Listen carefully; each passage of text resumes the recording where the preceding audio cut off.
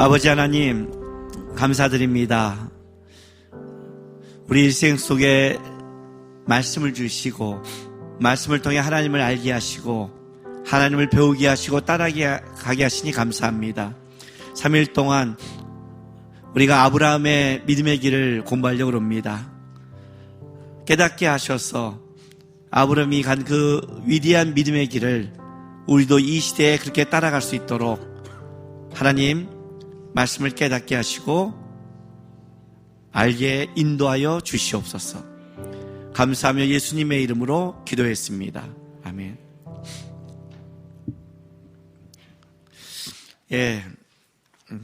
앞으로 3일 동안 바이블 스터디를 할 건데, 창세기 12장부터 25장 초반까지 이제 아브라함의 인생에 대해서 우리가 좀 공부하려고 합니다. 믿음의 길에 대해서 좀 공부하려고 그러는데, 첫 강은 창세기 12장부터 15장까지 이제 믿음의 길을 걷다라는 제목으로 아브라함이 어떻게 이제 믿음의 길을 시작하고 걷는가에 대해서 공부하고, 두 번째 강은 믿음을 배우다. 그래서 창세기 16장부터 20장까지 이제 거기에 믿음의 길을 어떻게 배워가는가. 여기에 가장 중요한 거는 이제 이스마엘이라는 육의 아들이 이제 탄생하고 육의 아들의 문제를 갖고 이제 얘기가 시작된 겁니다. 믿음을 배우는데, 그다음에 마지막에 창세기 21장부터 25장 초반까지 해서 믿음을 잇다 해서 어떻게 그 믿음이 그 다음 때로 이어가는 하나님이 싸움을 했는지 해서 세 가지를 갖고 이제 우리가 공부를 하려고 합니다. 믿음이라는 것을 일단은 기독교적인 용어만은 아닙니다.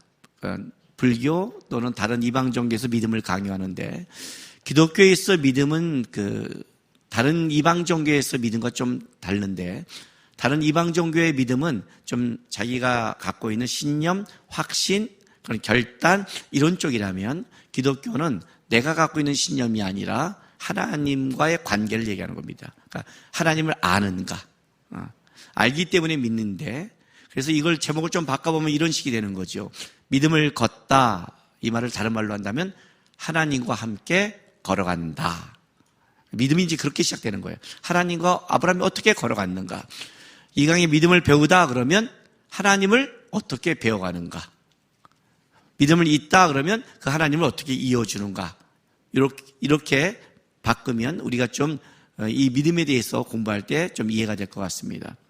일단 우리가 이제 아브라함을 공부할 때 먼저 머릿속에 기억해야 될 거는 아브라함이 갖고 있는 특수한 어떤 모델이 있습니다. 특성이 있습니다. 두 가지로 우리가 아브라함을 봐야 되는데, 하나는 뭐냐면 일반적으로 우리가 보편적으로 봐야 될 아브라함의 모델입니다. 아브라함은 모델 하우스라는 그런 걸 이해하시면 좀 좋겠습니다. 이게 무슨 말이냐면, 우리가 어떤 아파트를 들어가려고 그러면 먼저 어떻게 하죠? 모델 하우스에 가서 그 모델 하우스를 보죠. 이렇게요. 내가 앞으로 들어갈 아파트가 이렇게 생겼구나. 그게 모델 하우스인데, 우리가 믿음을 어떻게 살아야 되지? 그러면 아브라함을 보는 거예요. 아브라함이 믿음이 이렇게 갔네? 그러면 어떻다고요? 우리도 믿음이 이렇게 가야 된다 하는 아브라함이 갖고 있는 모든 믿음의 사람이 따라간 일반성, 그러니까 모델하우스예요. 다른 말로 표현하면, 요즘 시대의 말로 표현하면 내비게이션. 내가 어디를 가려고 그러면 그걸 찍어서 가듯이 이 길은 이걸 이렇게 가는 거야 하는 방법. 물론 이제 우리가 부산에 간다면 내비게이션의 길이 여러 가지가 있지만 믿음의 길 내비게이션은 딱 한 길밖에 없거든요. 그래서 아브라함을 보면 이렇게 믿음이 가는 거야. 그래서 우리가 아브라함을 꼭 알아야 돼요. 왜냐하면 우리가 믿음의 길을 가는 데 있어서 그 지표가 아브라함이 간 그 길이 우리가 가야 될 길이니까. 이게 이제 아브라함이 우리가 믿음을 배워가는 하나의 보편적 일반성이고, 하나는 아브라함이 갖고 있는 특수성이 하나 있습니다. 근데 그건 우리와 좀 상관이 없어요. 그건 무슨 말이냐면, 마태복음 1장 1절에 아브라함과 다윗의 자손 예수 그리스도의 계보라라고 나옵니다. 아브라함은 그 믿음의 길을 갔을 때 믿음이 이런 거야 라고 보여준 것도 있지만, 아브라함이 갖고 있는 특수성이 뭐냐면 그 믿음을 우리에게 이어주는 건 아브라함이 아니라 사실은 예수 그리스도입니다. 그러니까 예수 그리스도가 와야만이 확실하게 모든 믿음의 것이 완성되고 이어가는데, 아브라함을 통해서 어떤 것을 아니면 아브라함의 후손이라 해서 그냥 다 믿음의 자손이 아니라 아브라함은 예수 그리스도까지 가는 특별한 어떤 선택받은 특별성이 있는 거예요. 우리가 아니죠. 마태복음 1장의 그 족보의 특별성, 아브라함과 다윗의 자손 예수 그리스도. 그래서 이제 아브라함이 거기 가는 데 있어서 뭐가 중요하냐면 선택이라는 게 들어간 겁니다. 하나님의 선택이죠. 그러니까 무슨 말이냐면 아브라함의 자식이 이스마엘이라 할지라도 선택될 수 없다. 아브라함이 아무리 믿음의 길을 가고 아브라함이 그 와중에 그 아이를 낳는다 할지라도 유기의 씨는 아니다. 하나님이 선택한 영의 자손 이삭이 된다. 이런 선택이 들어가는 가장 큰 이유 중에 하나는 어떤 게 있냐면 예수 그리스도까지 가는 계보가 있는 겁니다. 왜냐하면 이걸 왜 조심해야 되냐면 그럼 이스마엘 불쌍하잖아. 에서 불쌍하잖아. 하나님이 선택 하나님이 버려? 이렇게 생각하면 안 됩니다. 왜냐하면 우리가 창세기 12장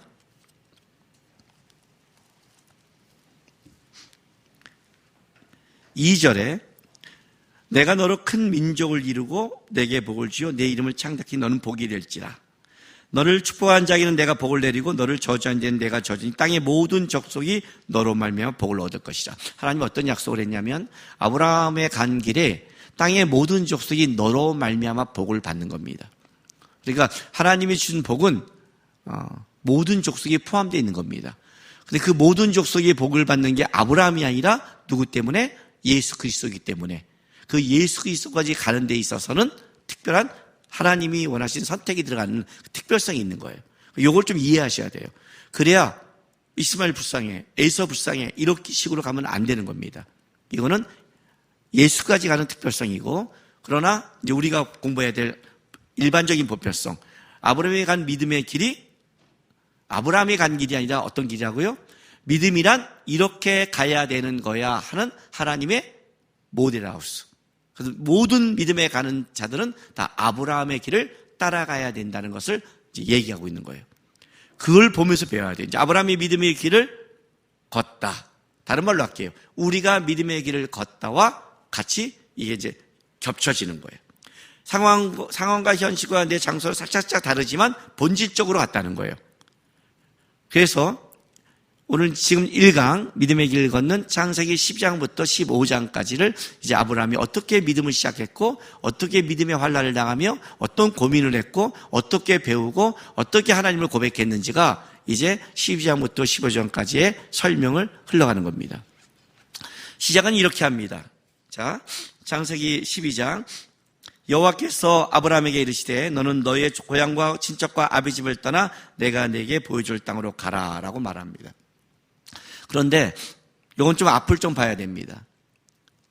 창세기 11장 27절부터 32절을 우리가 좀 이해하셔야 됩니다. 자, 창세기 11장 27절은 데라의 족보는 이러하니라고 나옵니다. 이 데라는 아브라함의 아버지죠. 데라는 아브라함과 나홀과 하란을 낳고 하란은 롯을 낳았으며 하란은 그 아비 데라보다 먼저 고향 갈대아인의 우르에서 죽었더라. 아브라함이 나홀의 장가들어 아브라함의 아내의 이름은 사레며 나홀의 아내의 이름은 밀가니 하란의 딸이요 하란은 밀가의 아버지며 또 이스가의 아버지더라. 사란이 임신하지 못함으로 자식이 없었더라. 데라가 그 아들 아브라함과 하란의 아들인 그의 손자 룻과 그의 며느리 아브라함의 아내 사레를 데리고 갈대아인의 우리를 떠나 가나안 땅으로 가고자 하더니 하란에 이르러 거기 거류하였으며 데라의 나이 205세가 되어 하란에게 죽었더라. 이렇게 말합니다. 그러니까 이 31절에 보면 데라가 그 아들 아브람과 하란의 아들 그의 손자 롯과 그의 며느리 아브람의 아내 사라를 데리고 갈대인의 우르를 떠나 가나안 땅으로 이 본문이 나온다면 지금 갈대아 우르를 떠난 주체가 누구예요? 데라가 되는 겁니다. 아브람이 아니라. 아브람은 이 본토집을 떠났다고 말하는데 그런데 그러면 데라가 끌고 가다가 하란에 죽고 나서 그 나머지 길을 아브람이 이었느냐? 그렇지 않다는 거죠. 처음부터 데라가 끌고 간 게 아니라 사실은 아브라함이 시작한 거예요. 사도행전 7장.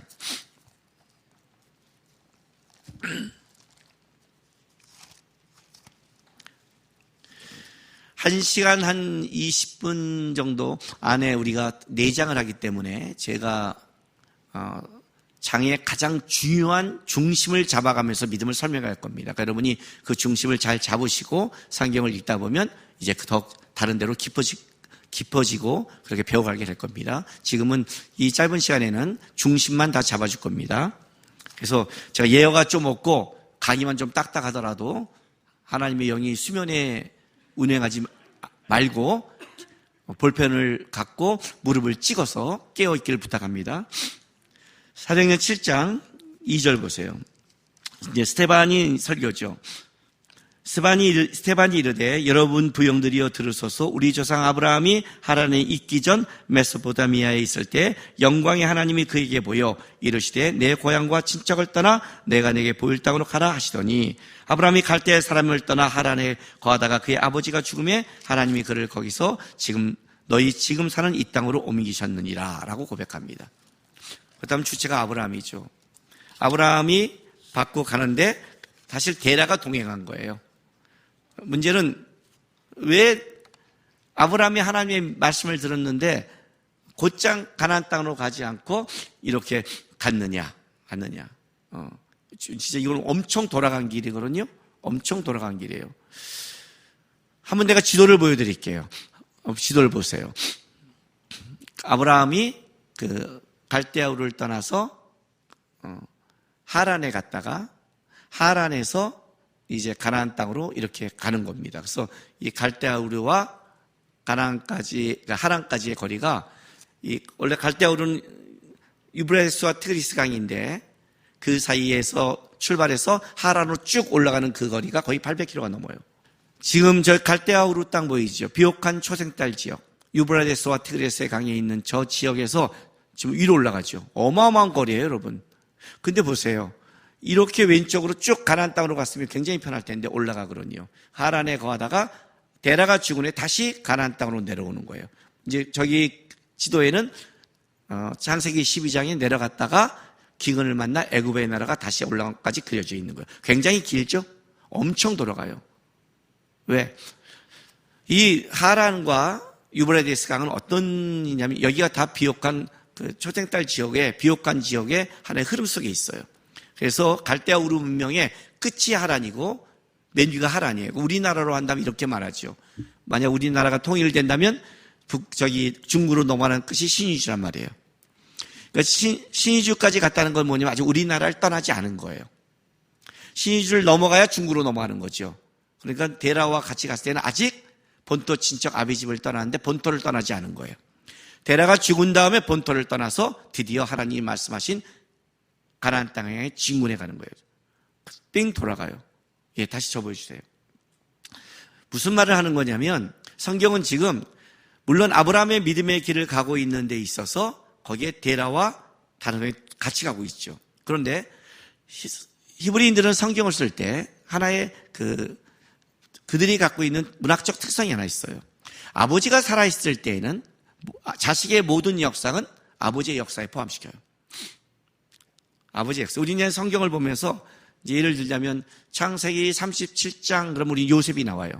우리는 그때부터 요셉이라고 말하지만 실제 히브리인들은 야곱의 역사예요. 야곱이 살아있기 때문에. 이삭이 살아있으면 이삭의 역사예요. 자식의 삶은 아버지의 삶의 역사로 들어가요. 그래서 창세기 11장 앞부분에 아직 아브라함이 주체가 돼서 떠나지만 데라가 살아있기에 데라가 아버지가 떠난 것처럼 11장에 기록을 해요. 그러나 데라가 간 길과 아브라함의 간 길은 완전히 다르죠. 그렇기 때문에 12장에 가서는 잘라버리는 거예요. 끊어버리는 거예요.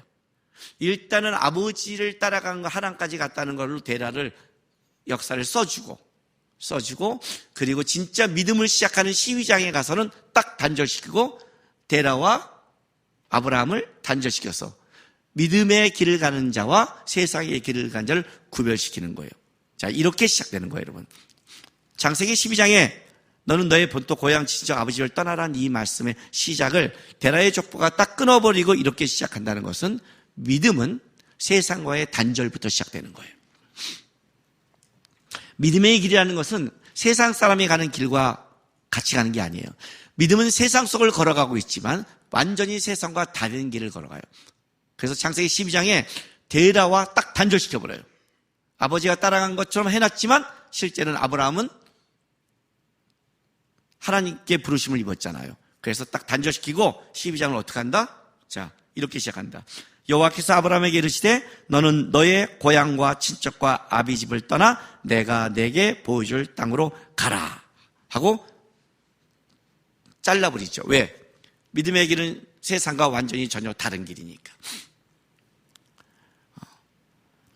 세상의 안목과 경험 속에 가는 길이 아니니까. 하나님이 불렀고 하나님이 인도하는 길이고 하나님만이 아는 길을 따라가는 것. 그게 이제 믿음의 길이라는 거예요. 그래서 시작을 어떻게 한다? 너의 경험과 너의 근거지를 벗어나게 만들어요. 갈대아 우르라는 굉장히 좋은 근거지가 있었어요. 우르라는 굉장히 안전한 땅이 있어요. 당시에 우르 문명은 굉장히 놀라운 문명을 가지고 있어요. 수세식 화장실이 있으니까요. 수세식이 우리처럼 이런 건 아니지만 이렇게 비스듬하게 물이 흘러가게 하고 거기다가 화장실을 만들어서 다 이렇게 물로 쓸려갈 수 있는. 여러분이 인터넷에서 보면 우르 문명을 치면 그 청동기 문명에 갖고 있는 화려함은 대단해요. 그러니까 실제 아브라함이 거기에 머물다는 것은 그 당시에 최고의 문명을 누리고 최고의 평안을 누리고 있어요. 아브라함이라는 뜻은 또 존귀한 아버지며 사라의 뜻이 공주라는 것은 거기에 유시처럼 진짜 행복한 삶을 누리고 있는데 하나님이 거기를 딱 불렀고 믿음의 길을 떠날 때 아브라함이 시작한 가장 큰 거는 내가 붙잡고 있고 내가 보고 있고 내가 누리는 세상의 모든 근거지에서 단절되고요. 떠나는 거예요. 그걸 출발인 거예요. 그리고 어디로 하느냐? 하나님이 우리에게 보여주는 것. 하나님이 우리에게 끌어가는 것. 그 방향성으로 삶이 바뀌는 거예요. 그래서 믿음이 들어오면 어떤 일이 벌어지냐면 방향성이 바뀌게 돼요. 삶의 목적이 바뀌고 내가 어떻게 이 땅 가운데 세상 사람이 보는 눈과 내가 보는 목표와 목적이 다 달라지기 시작해요. 사실 믿음의 길을 가는데 가장 우리가 어려운 점이 이 부분이에요. 여기에 이제 우리 염려와 혼란이 오죠. 그래서 믿음은 하나님이 준 곳에 보이기 시작하고 목적이 바뀌며 목표가 바뀌고 세상의 근거에서 떠나 하나님이 원하는 근거로 출발하는 것. 그게 믿음의 시작이라는 거죠. 내가 예수 믿어! 그러면 어떻게 되죠? 모든 게 바뀌었죠. 목적이 바뀌고 목표가 내 삶의 근거를 다 벗어나는 거죠. 내가 여태까지 붙잡고 내가 여태까지 소망했던 게 다 떠나는 거예요. 그리고 시작하는 거예요. 물론 그 믿음의 시작은 아브라함도 그 아버지 데라에 갖고 있는 영향력 때문에 확 가지는 못했어요. 어쨌든 설득해서 데라와 같이 하란으로 가요. 그 데라가 죽을 때까지 하란을 떠나지 못했어요. 그러나 아브라함의 믿음의 발자취가 걸음은 일단 시작했고 걸어가고 있고 기다리고 있고 가는 거예요. 하란 땅에 있지만 하란 땅이 목적지도 아니고 자기가 거기에 있을 생각도 안 해요. 방향성이 이제 하나님이 원하는 거로 출발하기 시작했어요. 그러니까 여러분이 믿음을 가졌다는 건 이제부터 이런 거예요. 자꾸 여러분이 붙잡는 근거에서 벗어나셔야 돼요. 믿음의 싸움은 다른 게 아니에요. 내가 붙잡은 근거에서 벗어나는 싸움이에요. 그 시작을 하는 거예요. 그리고 보세요. 어떻게 목적과 목표가 바뀌었느냐. 2절에 이렇게 말해요. 내가 너희에게 보여줄 땅으로 가라 하시면서 내가 너로 큰 민족을 이루고 내게 복을 주어 내 이름을 창대하게 하리니 너는 복이 될지라. 너를 축복한 자에게는 내가 복을 내리고 너를 저주한 자 내가 저주하리니 땅의 모든 족속이 너로 말미암아 복을 얻을 것이라 하시니라. 자, 하나님이 우리에게 믿음의 길을 출발했을 때 한 가지 중요한 게 있어요. 믿음의 길은 복의 길이에요. 믿음의 길은 예수를 믿는다. 내가 주님 앞에 믿음의 길을 간다. 이거는 내가 예수 믿고 세상에서 이만한 복을 누릴 거를 내 노력이 아니라 예수를 통해 이만큼 복을 누리겠다는 그런 의미가 아니에요. 그러니까 세상에 갖고 있는 그런 복을 얘기하는 게 아니에요. 이 세상은 복이 없어요. 우리가 생각하는 세상 사람, 죄된 사람의 생각 속에 복을 한 것은 이 땅이 얼마나 값지라고 누리고 잘난 척하느냐가 복이에요. 얼마나 똑똑한가, 얼마나 가졌는가. 하나님이 보시기에는 다 멸망의 것이에요. 땅에서 복이 나타나지 않아요. 땅은 죽음을 향해 가요. 죽지 않아요. 땅은 멸망을 향해 가요. 그런데 아브라함의 길은 생명을 향해 가요. 아브라함의 길은 영생을 향해 가는 거예요.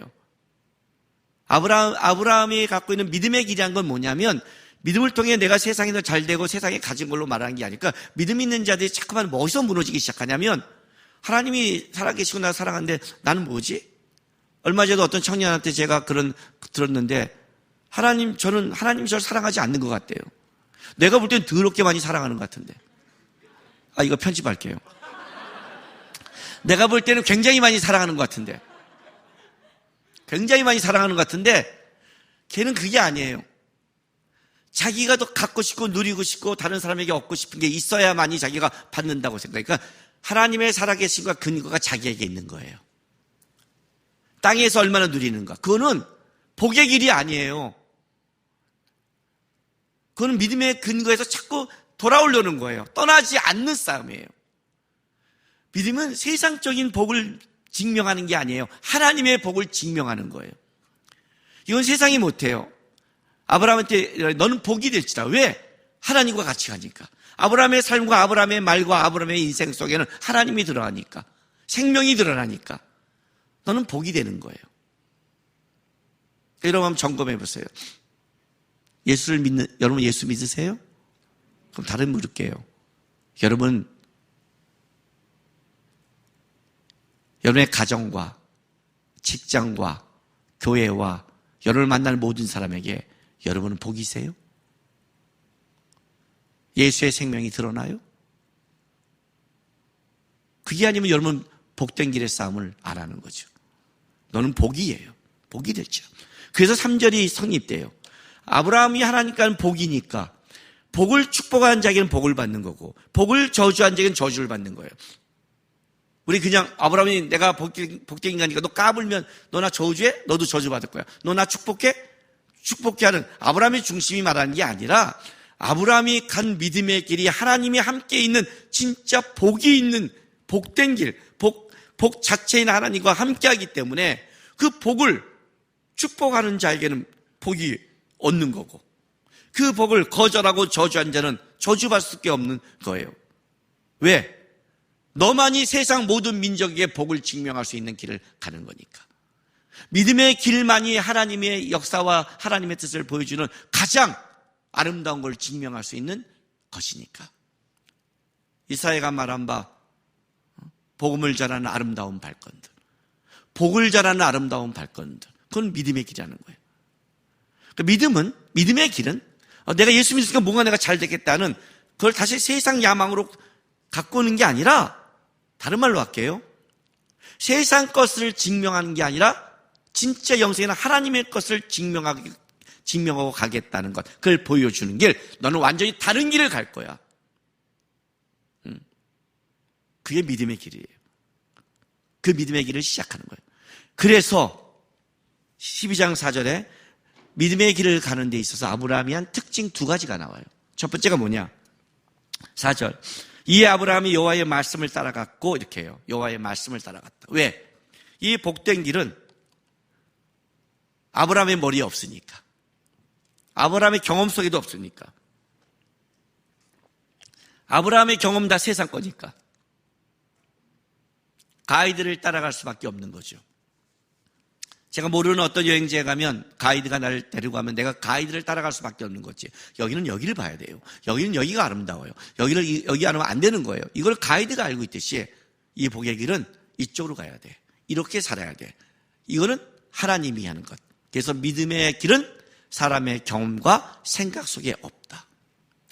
믿음의 길은 오직 하나님 안에 있다. 그래서 하나님 안에 있다는 것은 하나님의 말씀을 따라갔다. 말씀을 따라갔다니까 성경 보고 큐티했다는 의미가 아니라 오직 하나님만 의지하며 따라갔다.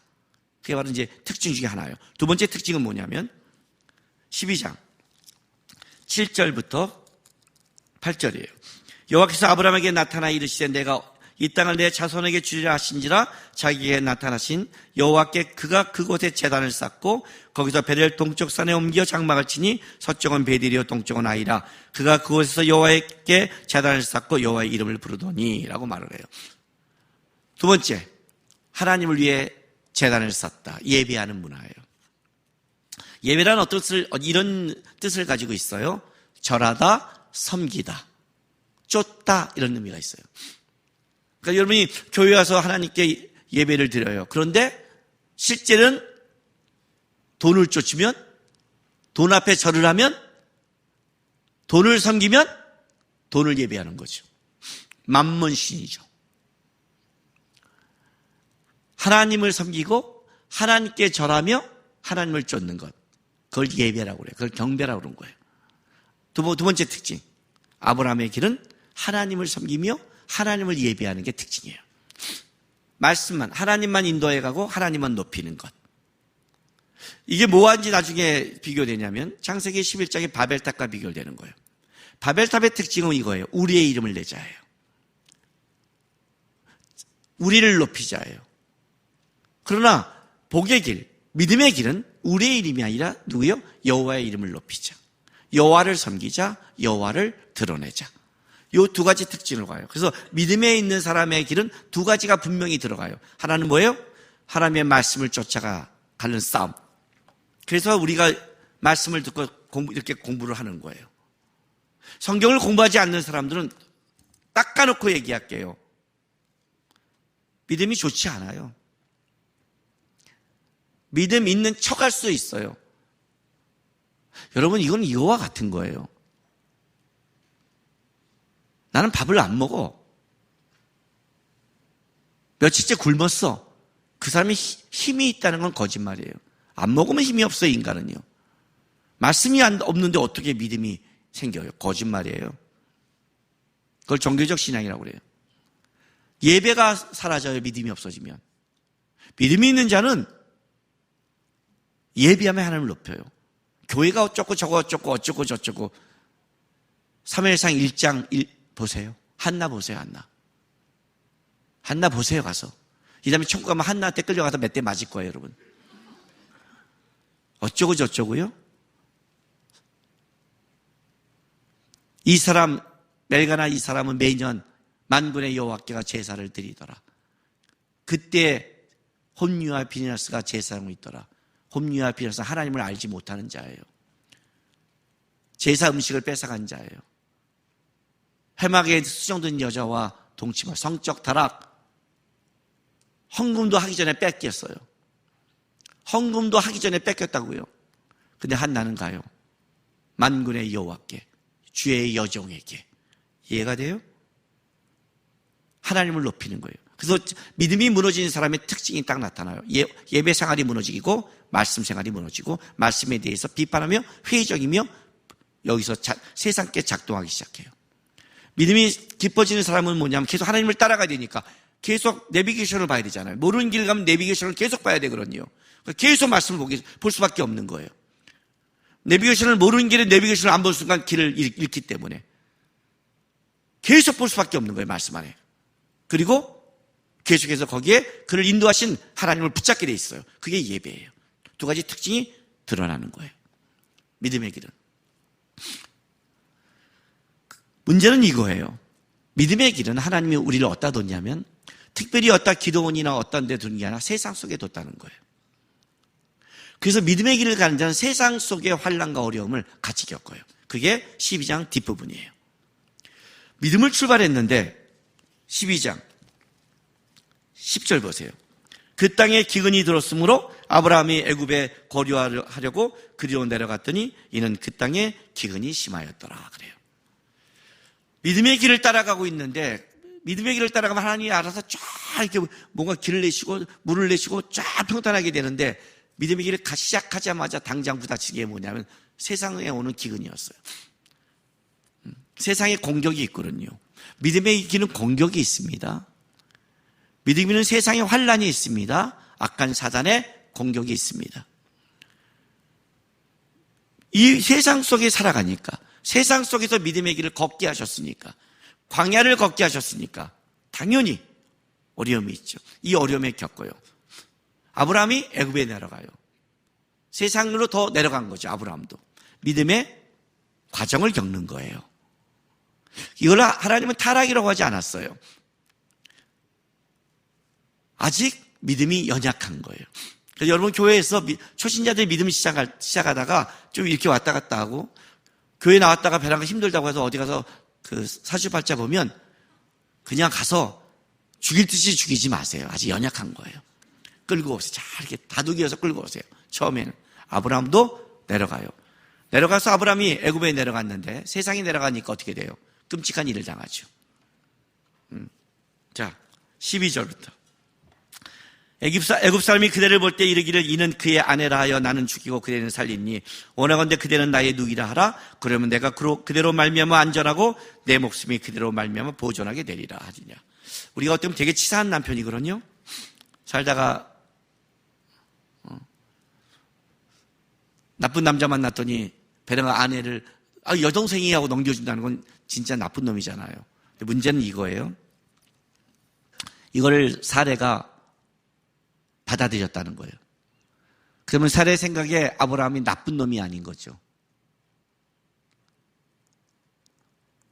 제가 아는 사람 중에 이런 사람이 있어요. 남편이 너무 큰 빚을 졌어요. 가정이 회복불능이에요. 다 망할 것 같아요. 그래서 서류상 이혼을 했어요. 왜요? 여보, 그래 이 집이 안 날라가. 그래 우리 아이들이 살아. 서류 이혼시켜야 빚이 일로는 안 넘어가서 한 사람이 있어요. 그 사람이 사랑하지 않았을까요? 아내는 왜 그걸 받아들였을까요? 그런 식의 논리라는 거예요. 하란을 떠나면 그때부터는 안전한 땅을 떠나는 거예요. 본토를 떠났다고요. 여러분, 우리가 외국에 나가면 이방인들은 확실히 위험해요. 그 자국민과 싸웠을 때 어려운 거예요. 그런데 그 당시에 가나안 땅은 어떤 땅이냐? 안전한 땅이 아닌 거예요. 비적들을 만나고 도적들을 만날 수 있어요. 만나면 어떻게 하는 줄 아세요? 아내라 그러면 이 예쁜 여자를 취하기 위해 남편을 죽여버려요. 누이라 그러면 이 누이의 환심을 사기 위해 오빠를 살려줘요. 이거는 살고자 하는 거예요. 세상 속에 환란 속에 믿음이 연약하니까 어쩔 수 없이 살고자 한 거예요. 살아도 그걸 이해해서 받아들여요. 실제 아름다웠고 애굽왕한테 사라가 가는 거죠. 그런데 놀라운 건 뭐냐면 하나님이 역사에서 이걸 끄집어내요. 자, 12장 17절. 여호와께서 아브라함의 아내 사레의 일로 바로와 그 집에 큰 재앙을 내리신지라. 바로가 아브라함을 불러 이르되 내가 어찌하여 나에게 이렇게 행하느냐? 내가 어찌하여 그를 내 아내라고 내게 말하지 아니하였느냐? 내가 어찌하여 그를 누이라 하여 내가 그를 데려다가 아내를 삼게 하였느냐? 내 아내가 여기 있으니 이제 데려가라. 바로가 사람에게 그의 이름을 명하여 그들이 그와 함께 그의 아내와 그의 모습을 보냈더라. 자, 어떻게 한지는 모르겠어요. 그 재앙이. 근데 분명한 것은 사라로 말미암아 재앙이 임했다는 것을 알게 된 거예요. 바로를 하나님이 알려준 거예요. 그걸 돌려주고 책망을 해요. 믿음이 연약한 자들이, 우리도 경험하죠. 기독교인들이. 세상으로부터 권위가 없죠. 책망받죠. 그러니까 예수를 믿는다는 것은 믿음 안에 잘 살지 못하면 어디서나 쪼다예요. 세상에 가도 쪼다예요. 세상에 가도 세상 사람처럼 못 놀아요. 믿음이 내 친구는 교회 다니는데 잘 노는데요. 믿음이 없나 보죠. 그놈의 자식은. 믿음이라는 게 있으면 하나님을 인식하니거든요. 그러니까 놀아도 세상 끝장을 못 봐요. 땡기니까. 무서운 아버지를 두고 있으면 애들이 놀아도 이렇게 땡기잖아요. 그러니까 세상에서 쪼다예요. 교회 와도 쪼다예요. 왜? 깊게 못 들어와요. 지금 아브라함이 쪼다잖아요. 쪼다지 됐죠. 근데 아브라함이 왜 이렇게 했냐면 아브라함이 믿음을 갖고 시작했지만 아직 하나님을 아는 크기가 작아서 그래요. 당시의 신과는 이런 신관을 가졌어요. 히브리의 하나님은 히브리 지역에서만 역사를 해요. 일본의 하나님은 일본에, 중국의 하나님은 중국에. 그러니까 자기 신, 중국의 신은 중국의 역사, 일본의 신은 일본의 역사, 이렇게 말하는 거예요. 근데 거기를 떠나 애굽에 왔으니 여기는 누구의 관할이에요? 애굽 신의 관할인 거죠. 나중에 출애굽기를 보면 하나님이 애굽 그 10가지 표징을 재앙을 내릴 때 그 다 신들이 애굽 신들을 갖고 있잖아요. 그것부터 깨부시잖아요. 애굽 신의 관할이라고 생각했는데 그 애굽 땅에 하나님이 역사를 하는 거예요. 아브라함의 신앙이 넓어지기 시작한 거예요. 그 세상 속에서 넓어진 거예요. 그러나 그리고 또 하나는 아브라함이 뭘 배웠냐면 이걸 배우기 시작했어요. 살기 위해 내려갔는데 세상에 대한 두려움이 더 다가온 거예요. 세상을 향한 영적 이질감이 생겼어요. 여러분, 믿음이 깊어지면 세상에 이질감이 생겨요. 세상 속에 즐거워할 수 없어요. 세상 속에 믿음은 살아가고 세상 가운데 역사하지만 세상을 좋아하고 세상을 따라가고 세상의 평안을 못 누려요. 이질감이 느껴요. 물론 이질감을 느낀다고 세상을 버릴 수는 없어요. 왜? 하나님이 원하는 믿음의 길이 이 안에 있으니까. 그러나 여기에 동조되거나 동화되지 못해요. 아브라함의 믿음이 자랐어요. 이질감을 느끼는 거예요. 그 이질감이 어떻게 나타나느냐? 창세기 13장에 나타나요. 자, 창세기 13장은 이렇게 시작해요. 다시 이제 롯과 함께 다시 돌아와서 13장 4절에 그가 처음으로 제단을 쌓은 곳이라 그가 거기서 여호와의 이름을 불렀더라. 이렇게 시작해요. 그가 처음으로 제단을 쌓은 곳, 여호와의 이름을 부른 곳, 12장 8절이에요. 거기서 베델 동쪽 산에 옮겨 장막을 치니 서쪽은 베델 동쪽은 아니라 그가 거기서 여호와께 제단을 쌓고 여호와의 이름을 부르니. 내가 예배를 했다는 것과 여호와의 이름을 불렀다는 건 좀 달라요. 여호와의 이름을 불렀다는 건 구체적인 신앙 고백이 들어가기 시작하는 거예요. 구체적인.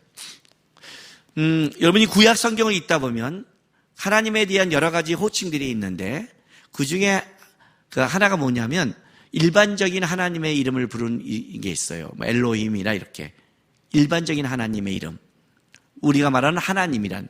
그러나 여호와라, 야훼라고 부르는 그 이름이 있어요. 이건 구별돼야 돼요. 어떤 식의 구별이냐면 이런 식이에요.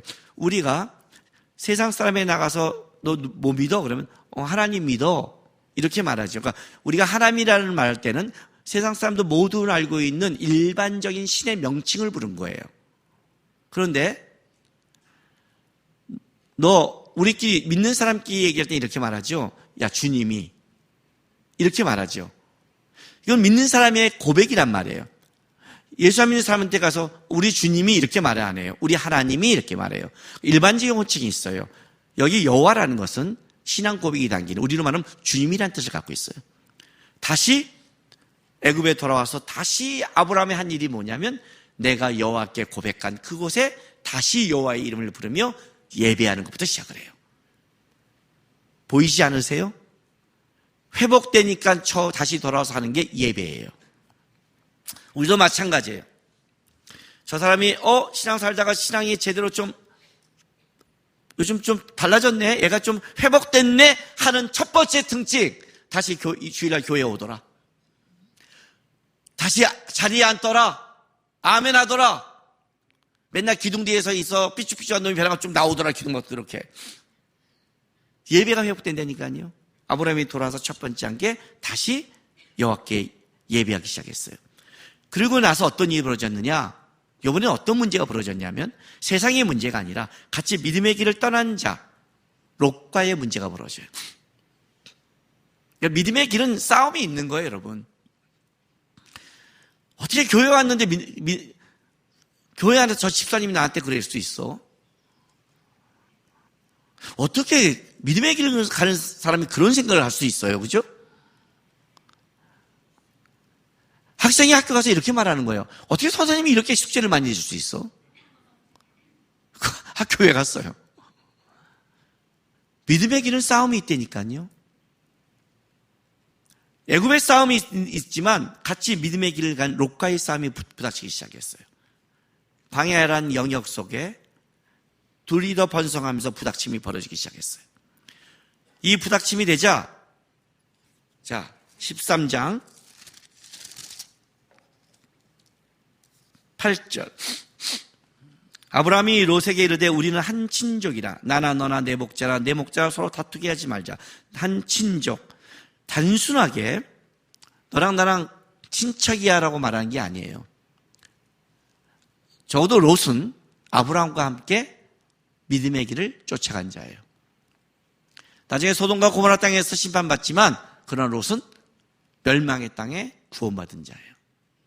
어쨌든 믿음의 길을 같이 간 자란 말이에요. 여기에 다툼이 벌어지는 거예요. 문제가 벌어져요.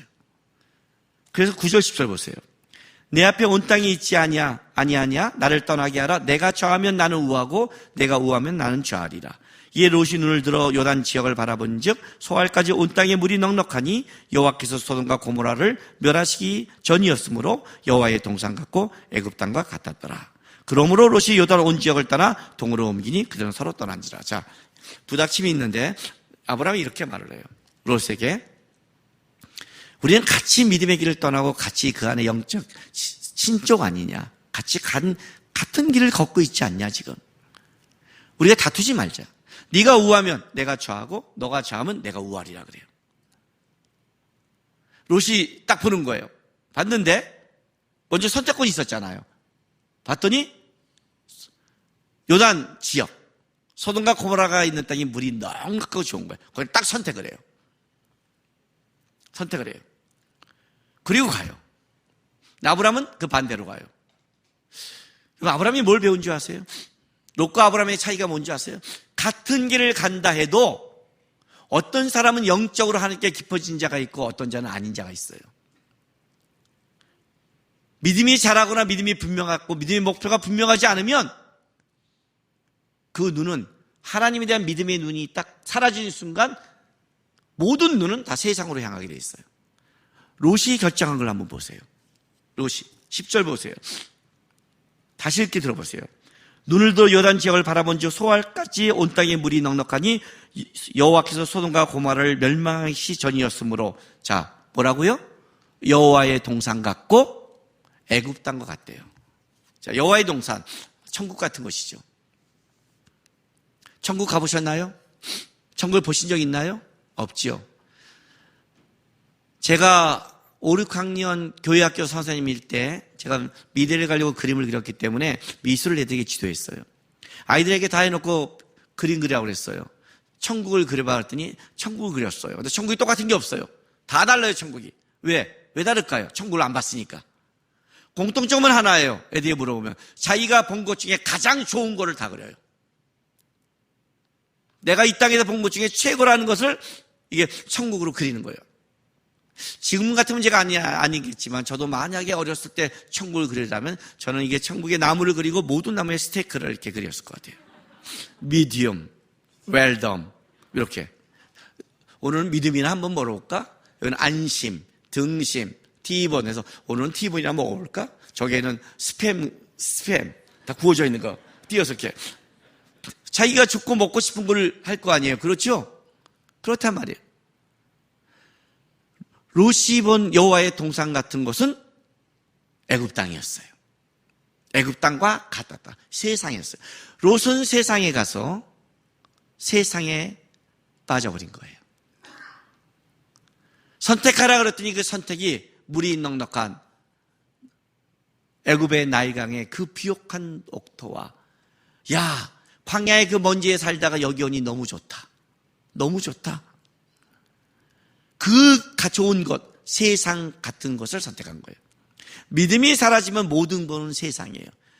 겉모습이 믿음을 얘기하지만 실제는 아는 세상밖에 없는 거예요. 롯은 거기를 선택해요. 아브라함은 몰랐을까요? 아브라함 거기가 안 보였을까요? 아브라함은 자기가 삼촌인데 야 내가 저기 갈게 너 여기가 왜 그렇게 안 했을까요? 아브라함은 왜 먼저 가랬을까요? 너가 우하면 내가 좌하고 내가 좌하면 너가 우하리라 왜 이렇게 말할 수 있을까요? 아브라함이 애굽에서 배운 게 하나 있어요. 살고자 애굽에 내려갔는데 죽을 뻔했어요. 근데 하나님이 살려줘요. 아브라함이 배운 믿음의 자람, 믿음의 길을 걸으면서 아브라함이 느낀 것, 어떤 곳을 가야 세상에 어떤 풍요로운 곳을 가야 사는 게 아니라는 거예요. 어디에 가야 사는 게 아니라 누구와 함께해야 사는 걸 알고 있었어요. 애굽에서 하나님이 살리더라. 하나님이 함께하는 곳에 사는 거예요. 아브라함이 잘 알았죠. 너가 우하면 내가 좌할게. 내가 좌하면 내가 넓이가 생긴 거예요. 애굽에 나가서 영적인 이질감 속에 하나님을 배우고 나서 아브라함이 하나님이 더 깊어진 거예요. 오케이. 물이 넉넉한다고 살지 않더라. 그렇지 않더라. 커졌죠. 우리 이런 거 있잖아요. 세상에 막 동경하고 뭐 저 어디 가면 어쩔까, 뭐 클럽 가면 어떨까, 막 이런 사람들이 있다가 확 갔다 온 사람 중에서 두 종류가 있잖아요. 여기가 좋사오니 로꼬가 같이 가는 사람이 있고, 거기는 갈 곳이 아니야. 주님, 내가 미쳤죠. 눈가를 뽑고 싶어요. 내 앞에 예배만 할게요. 오히려 더 단단한 사람이 있잖아요. 단단한 사람이 있잖아요. 그죠? 아브라함은 뭘 배웠어요? 세상에 한번 갔다 왔더니 세상이 그렇게 안전하고 풍요롭고 좋지 않더라. 내가 어떤 안전을 누리면 어떤 걸 빼앗게 되더라. 세상은 무섭더라를 배운 거예요. 근데 하나님이 도왔더라. 롯이 떠나고 아브라함이 가자. 14절 보세요. 롯이 아브라함을 떠난 후에 여호와께서 아브라함에게 이르시되 너는 눈을 들어 너 있는 곳에서 북쪽과 남쪽 그리고 동쪽과 서쪽을 바라보라. 보이는 땅을 내가 너와 내 자손에게 주리니 영원히 이르리라. 내가 내 자손이 땅에 티끌 같게 하리니 사람이 땅에 티끌을 능히 셀 수 있을진데 내 자손도 되리라. 너는 일어나 그 땅을 종과 행으로 두루 다녀보라. 내가 그것을 내게 주리라. 이에 아브라함이 장말로 옮겨 헤브론에 있는 마블의 상수리 수풀에 이르러 거기 거주하며 거기서 또 뭐라고? 여호와를 위하여 제단을 쌓았더라. 그죠? 믿음의 특징이 계속 나오죠? 예, 아브라함이 이제 배운 거예요. 어디로 가냐가 중요하지 않아요. 하나님 바라보는 거예요. 하나님이 딱 나타나서 그래요. 동서남북을 바라봐. 종과 행으로 걸어봐. 내가 줄 거야. 하나님에 대한 기업이라는 것이 머리에 들어오기 시작했어요. 믿음이 자라면 땅의 기업이 아니라 천국의 기업을 꿈꾸게 돼요. 여러분, 욕심 없는 사람은 없어요. 저도 욕심 되게 많아요. 내가 세상의 욕심을 놓을 수 있는 것은 이 세상의 욕심을 붙잡는 순간 하늘의 것이 사라지는 걸 알기 때문에요. 잠깐의 것 때문에 영혼을 잃고 싶지 않아서 그래요. 저는 욕심이 큰 사람이에요. 교회를 5,000명, 10,000명까지 키울까 한번 고민한 적이 있었어요. 온 힘을 다할까? 왜 논지 아세요? 더 큰 욕심 때문에 그래요. 중국의 가정 지도자, 교회 지도자들 같이 왔는데 그 지도자 중에 한 명이 저한테 이런 말을 했어요.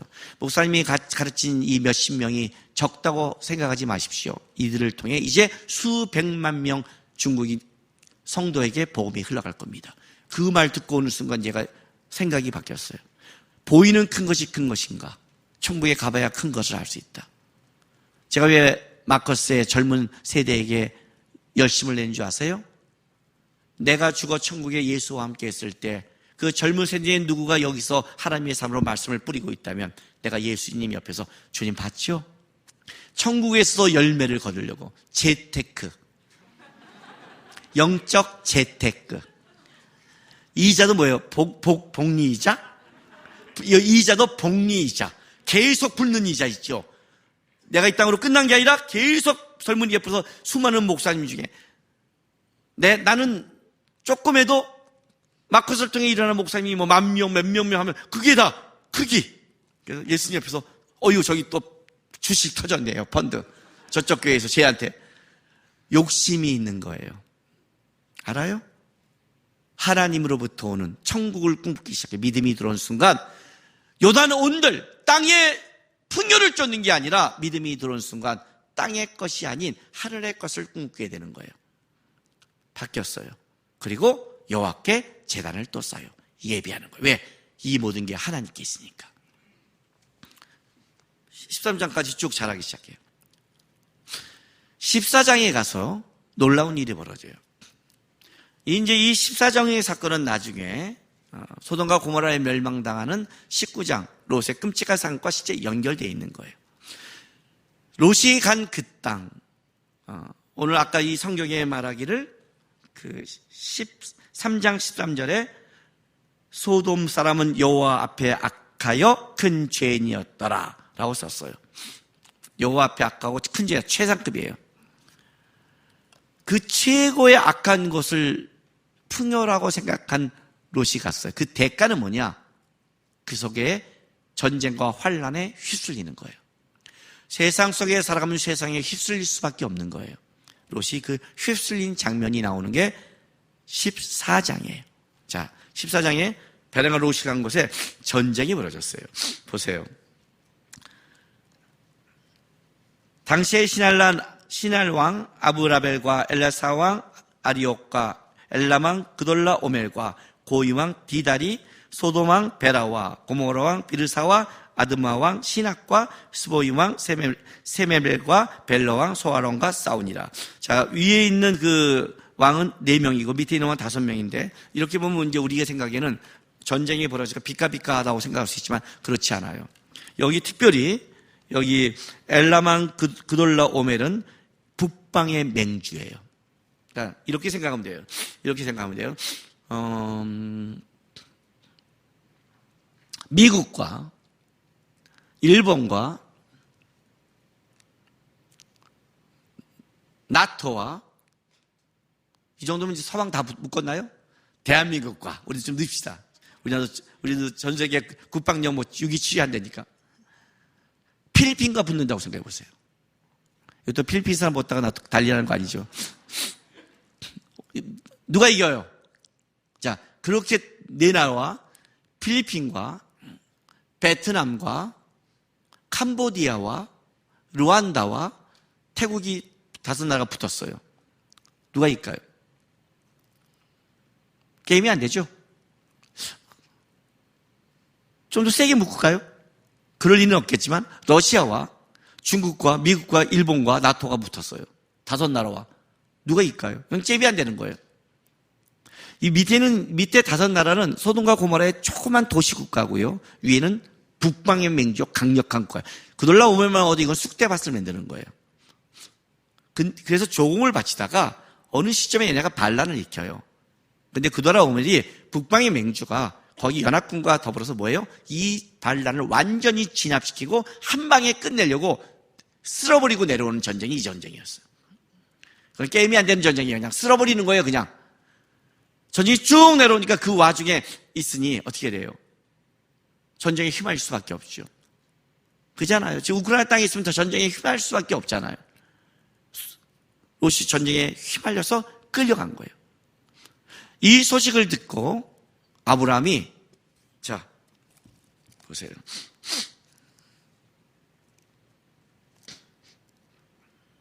14절.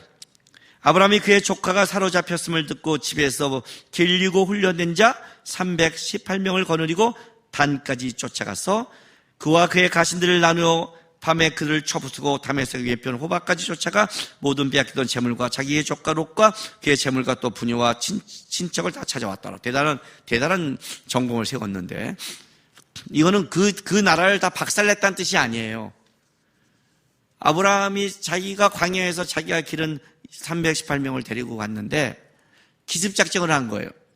자기 조카 롯만을 구하기 위해서 거기에 기습으로 공격해서 빼온 거예요. 전쟁에 큰 승패와 영향을 줄 수 없는 거예요. 이건 갭이 안 되는 거란 말이에요. 그들에게 왜 아브라함을 놔뒀느냐? 아브라함이 간 그 롯은 소돔과 고모라의 전체 어떤 승패와 관련이 없고 그냥 끌려온 한 중에 누가 데려갔던 그 정도에 되니 걷다가 전력을 쓸 이유도 없었던 거예요. 그렇다고 아브라함이 한 게 그렇게 쉬운 건 아니었죠.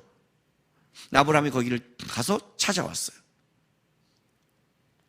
그리고 나서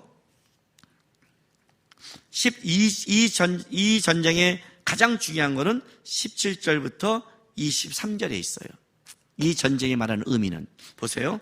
아브라함이 그돌라 오멜과 그와 함께하는 왕들을 쳐부수고 돌아와서 소돔왕과 샤의 골짜기 곧 왕의 골짜기로 나와 그를 영접하였고 살렘 왕 멜기세덱이 떡과 포도주를 가지고 나왔으니 그는 지극히 높으신 하나님의 제사장이었더라. 그 아브라함을 축복하여 이르시되 천지의 주제이시오 지극히 높으신 하나님이여 아브라함에게 복을 주옵소서. 너희 대적을 내 손에 붙이신 지극히 높으신 하나님을 찬송하리라 하며 아브라함이 그 얻은 것에서 10분의 1을 멜기세덱에게 주었더라. 자, 첫 번째, 이 전쟁에 승리한 다음에 밑도 없고 끝도 없이 멜기세덱이라는 살렘 왕이 뚝 나타났어요. 그리고 10분의 1을 멜기세덱에게 그냥 준 거예요. 그는 그냥 지극히 높으신 하나님의 제사장이란 말밖에 없어요. 이 살렘이라는 것은 예루살렘의 옛 이름이에요. 어쨌든 왜 베란간 이 사람한테 주었을까? 이게 첫 번째예요. 히브리서 7장 신약성경 359쪽 7장 1절부터 4절까지 볼게요. 이 멜기세덱은 살렘 왕이요 즉기 높으신 하나님의 제사장이라 여러 왕을 쳐서 죽이고 돌아오는 아브라함을 만나 복을 빈 자라. 아브라함이 모든 것의 10분의 1을 그에게 나누어 주니라. 그 이름을 해석하면 먼저는 의의 왕이요 그 다음은 삶의 왕이니 곧 평강의 왕이요. 그러니까 의의 왕과 평강의 왕이죠. 아버지도 없고 어머니도 없고 족보도 없고 시작한 날도 없고 생명의 끝도 없어 하나님의 아들과 닮아서 항상 제사장을 잇느니라. 예수 그리스도를 상징하는 거예요. 이 삶이 얼마나 높은가를 생각해보라. 조상 아브라함이 노량물 중 10분의 1을 그에게 주었느니라. 이렇게 말을 해요. 자, 아브라함이 이 전장에 와서 하나님을 대표하는 살렘 왕에게 10분의 1을 줘요. 10분의 1은 뭐예요? 11조의 개념이에요. 11조라는 이런 개념을 가지고 있어요. 내가 1,000만 원을 벌었으면 하나님 내가 1,000만 원을 벌었으니 10분의 1, 100만 원을 드립니다. 이게 11조의 개념이 아니에요. 이런 개념을 가진 거는 뭐냐면 여전히 이건 인본주의예요. 내가 번 걸 준 거에 불과해요. 그게 아니라 하나님 이 1,000만 원을 내가 번 게 아니라 하나님이 벌게 하셨습니다. 내 눈물과 내 노력과 내 땀과 내 머릿속에 하나님이 일하셨습니다. 이거는 하나님이 번 겁니다. 근데 하나님께서 이거를 저에게 10분의 9를 쓰라 하셨으니 제가 쓰고 이걸 하나님이 벌었다는 걸 신앙 고백을 하는 것이 그 표징이 10분의 1이에요. 그러니까 10분의 1은 10분의 1을 드린 게 아니라 10분의 10의 대표성을 갖고 있는 거죠. 물질의 대표성이 11조고 시간의 대표성이 주일이 예배예요. 천지를 6일 동안 창조하시고 주일을 만들지 않아요. 안식일은 주인이 하나님이에요. 우리를 주셨어요. 왜요? 하나님과 관계를 맺으라고. 네의 수많은 시간 속에 너를 위해 열심히 살아갈지 모르겠지만 너의 시간의 모든 것이 하나님의 손에 있다는 것을 대표하는 게 주일 예배예요. 그러니까 주일 예배를 받는다는 건 뭐냐면 내가 내 시간을 주장하겠다는 뜻이에요. 그러니까 타락하면 주일 예배를 건드려요. 그러니까 다른 말로 할게요. 시간을 내가 주장하려고 그래요. 피조물과 창조주의 가장 큰 차이가 뭐라고 그랬어요? 태초에 하나님이 천지를 창조하시니라. 시간과 장소죠. 신은 시간과 장소를 초월하고 피조물은 시간의 제한을 받고 공간의 제한을 받아요. 그런데 그 시간을 하나님이 주었다는 시간을 내가 주장하려고 할 때 나타나는 현상이 예배도 내 마음대로 하는 거예요. 주일을 지킨다는 것은 시간의 주인이 하나님의 뜻이에요. 물질의 주인이 하나님의 뜻이라는 것이 11조의 개념이에요. 지금 아브라함이 이 고백을 한 거예요. 이 전쟁의 승리는 제가 한 게 아닙니다. 하나님이 하셨습니다. 하나님이 저를 도와서 롯을 구출게 도와줬습니다. 11조를 드렸어요. 아브라함이 배웠어요. 믿음이 자랐어요. 자기의 주인이 누구인지를 고백하기 시작했어요. 믿음이 깊어지면 나에게 준 이 땅의 것에 대한 주인의 개념이 누군지를 알게 돼요. 내가 청지기 역할이 분명해져요. 믿음이 없는 사람의 특징이 뭐냐면 시간, 몸, 물질이 내가 주인이 돼요. 그게 바벨탑이라고 그랬죠. 내가 주인이 돼요. 믿음이 깊어지면 하나님이 줬다는 걸 알아요. 아브라함이 알았어요. 이 전쟁의 승리에서 하나님이 나를 도와 일하시는구나. 드려요. 두 번째, 아브라함의 믿음이 굉장히 더 깊어지죠. 21절 보세요. 소돔왕이 아브라함에게 이르되 사람을 내게 보내고 물품은 내게 가지라. 왜냐하면 전쟁에 승리한 자가 전리품을 갖게 돼 있으니까요. 그런데 소돔과 고모라를 다시 개발하려고 그러면 그때 전리품에 다 이긴 자들은 사람도 자기가 종으로 부릴 수 있거든요. 그러니 지금 소돔과 고모라는 뭐예요? 다시 한번 이 전쟁에 패해서 이기면 사람이 필요한 거예요. 그리고 전리품까지 다 뺏을 수 없잖아요. 그건 아브라함의 승리니까. 그래서 그렇게 하라고 그랬어요. 돈은 갖고 사람은 줘라 그랬는데 22절 아브라함이 소돔 왕에 이르되 천지의 주제시오 지극히 높으신 하나님 여호와께 내가 손을 들어 맹세하노니 내 말이 내가 아브라함으로 치부하게 하였다 할까 하여 내가 내게 속한 것은 실 한 오락이나 들매끈 한 가닥도 내가 가지지 아니하리라. 오직 젊은이들 먹는 것이나 나와 동행한 아넬과 에스골과 마므레의 분깃을 제할지니 그들이 그 분깃을 가질 것이다. 아브라함이 이렇게 말하는 거예요. 소돔왕이 자, 전쟁에 왔는데 이게 다 네 건데 사람은 좀 치고 재물은 너 가져라. 어마어마한 재물이겠죠. 세상을 쫓는 자들이 모은 재물이 얼마나 세상으로 많겠어요. 아브라함이 뭐라는 줄 아세요? 내가 손을 들어 맹세하노니 그래요. 나 절대 안 가져. 왜? 이유가 뭐예요? 내가 이거 가져서 나중에 부자 되면 너희가 그랬을 거 아니야. 아브라함이 소돔과 고모라 전쟁에 가서 그 많은 재물을 갖고 가더니 부자 됐다. 니네 곧다이 말할 거지. 내가 그래서 절대 안 가져. 이렇게 말하는 거예요. 어떻게 보면 되게 쫀쫀한 말 같죠. 그죠? 꼭 그걸 손을 들고 맹세해야 돼요. 예? 우리가 누가 도와줬어요. 누가 강도당했어. 그 내가 쫓아 강도를 때려붙이고 보석을 찾고 다 찾아왔어. 근데 그 사람이 이래. 고마워요. 고마워요. 통장은 저에게 주시고 이 재물 보석은 다 가져가세요. 그랬더니 딱 보자마자 내가 손을 들고 너에게 맹세하노니 절대 안 가져가. 왜요? 내가 나중에 부자 될 때 네 것 때문에 했다고 네가 그렇게 말할 거잖아. 안 가져가. 되게 치졸하지 않아요? 왜 그랬을까요? 아브라함이 여기서 하나 배워요. 11조를 딱 때릴 때 아브라함이 뭘 배운 줄 아세요? 이 전쟁의 승리와 하나님이 나에게 준 복의 의미를 알게 됐어요. 하나님의 도우심이 이렇게 하는구나. 근데 소돔왕이 가지래요. 딱 이렇게 말해요. 내가 받을 복에는 세상 것이 들어올 수 없어. 신발끈 하나나 실 오라기 하나도 나는 세상으로부터 복을 받았다는 걸 증명하지 않아. 너희가 나중에 내가 복 받은 걸 부렸을 때 아브라함의 복이 그때 소돔과 고모라 때문이라고 그 말을 난 나오지 않아. 아브라함의 복은 하나님으로부터 온 거야. 나는 그걸 증명할 거야. 세상 것은 내 복에 들어올 수 없어. 내 복은 오직 하나님만이 주는 거야. 아브라함이 여기에 세상을 향한 선언을 해요. 저 사람은 하나님이 돕는 거예요. 저 사람은 하나님의 사람이라는 거예요. 믿음이 굳건해지면 나타나는 게 뭔지 알아요? 믿음이란 하나님으로만 나는 복을 받고 살고 증명하겠다는 것이 나타나기 시작해요.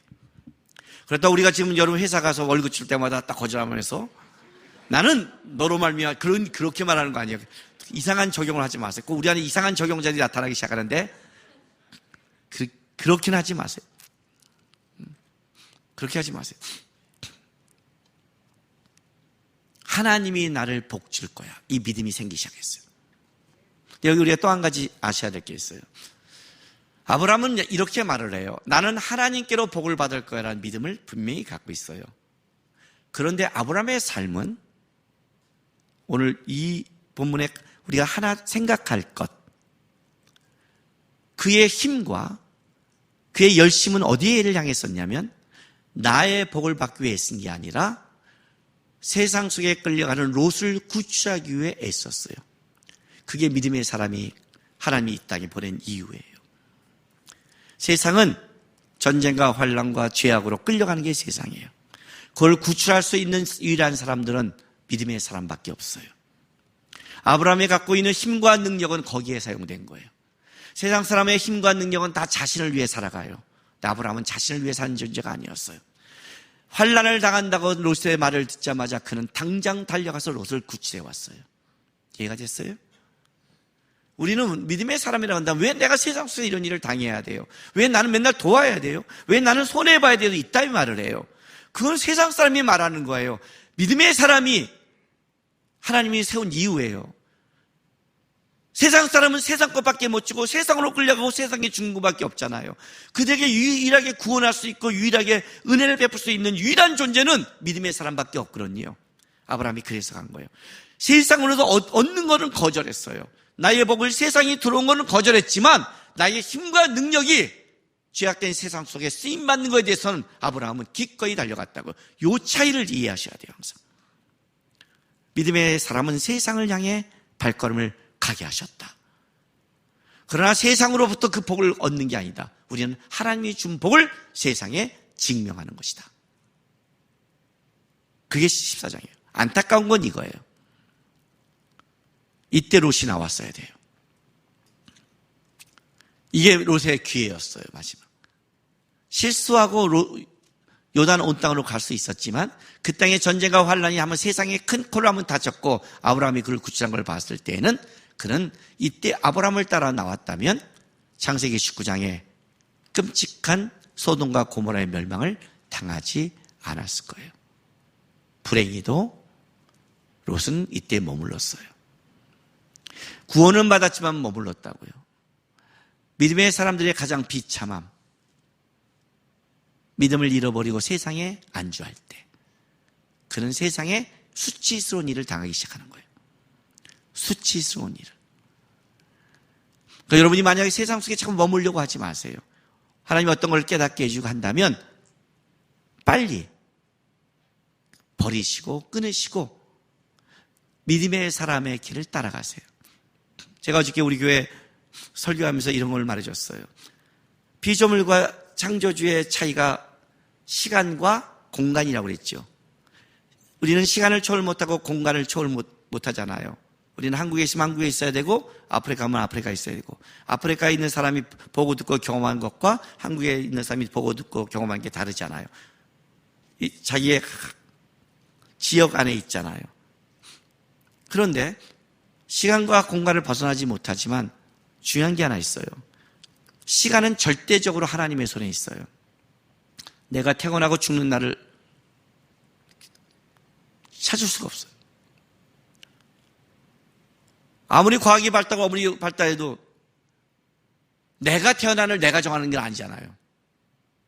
그죠? 나는 그냥 태어난 거잖아요. 내가 죽는 날도 내가 정하지 않는 거잖아요. 언제 내 생명이 될지 모르잖아요. 시간은 하나님의 더 가까운 영역 속에 있는 거예요. 그러나 공간은 달라요. 공간은 선택이 들어가요. 하나님이 우리에게 공간의 영역 속에서는 인간의 선택이 있어요. 내가 요단 온들에 있느냐 광야에 있느냐의 공간을 선택함에 따라 내가 멸망으로 가느냐 은혜를 받느냐가 결정나고 잠시 풍요를 누리느냐 고단한 길을 가느냐가 결정이 나는 거예요. 공간은 내가 선택하는 거예요. 로마서 12장 1절 말씀이 있죠. 내 몸을 거룩한 산 제사로 드리라. 내 몸이 가는 곳, 그 공간에 있는 곳에 우리는 영향을 받고 거기서 멸망의 땅이 있으면 멸망으로, 은혜가 있으면 은혜로 가는 거예요. 라합을 구할 때 기억나세요? 너와 너에 속한 모든 자를 이 집에 있어라. 붉은 줄이 있는 그 집에. 만약 여기서 나가서 우리가 죽는다면 그 재앙이 우리에게 오거니와 너희가 나가서 죽는다면 없다. 여기다. 이해가 돼요? 그 장소, 공간. 이때 나왔어야 돼요. 그러니까 꼭 믿음의 심판과 환난을 당하는 사람을 보면 있어야 되지 않을 공간, 가야 되지 않을 곳에 꼭 가 있어요. 꼭 가 있어요. 꼭 영향을 받고 있어요. 여러분 제가 까따라비아 얘기하잖아요. 한 번도 보고 듣고 경험하지 않은 것은 역사할 수 없다. 유혹이 안 된다. 사단이 우리를 유혹할 때는 먼저 보고 듣고 경험시킨다. 하나님도 마찬가지다.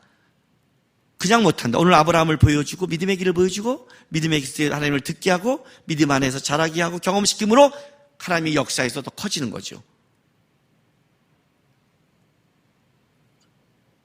내가 가는 그곳에 보고 듣는 곳에 쌓여가는 거예요.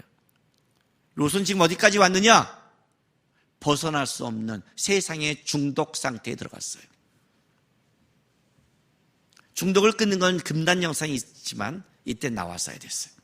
이때 나왔으면 결단했으면 롯은 끔찍하지는데 남았어요. 롯은 더 끔찍해졌고 아브라함은 더 깊어졌어요. 이해가 되세요? 믿음 위의 길은 중간이 없다.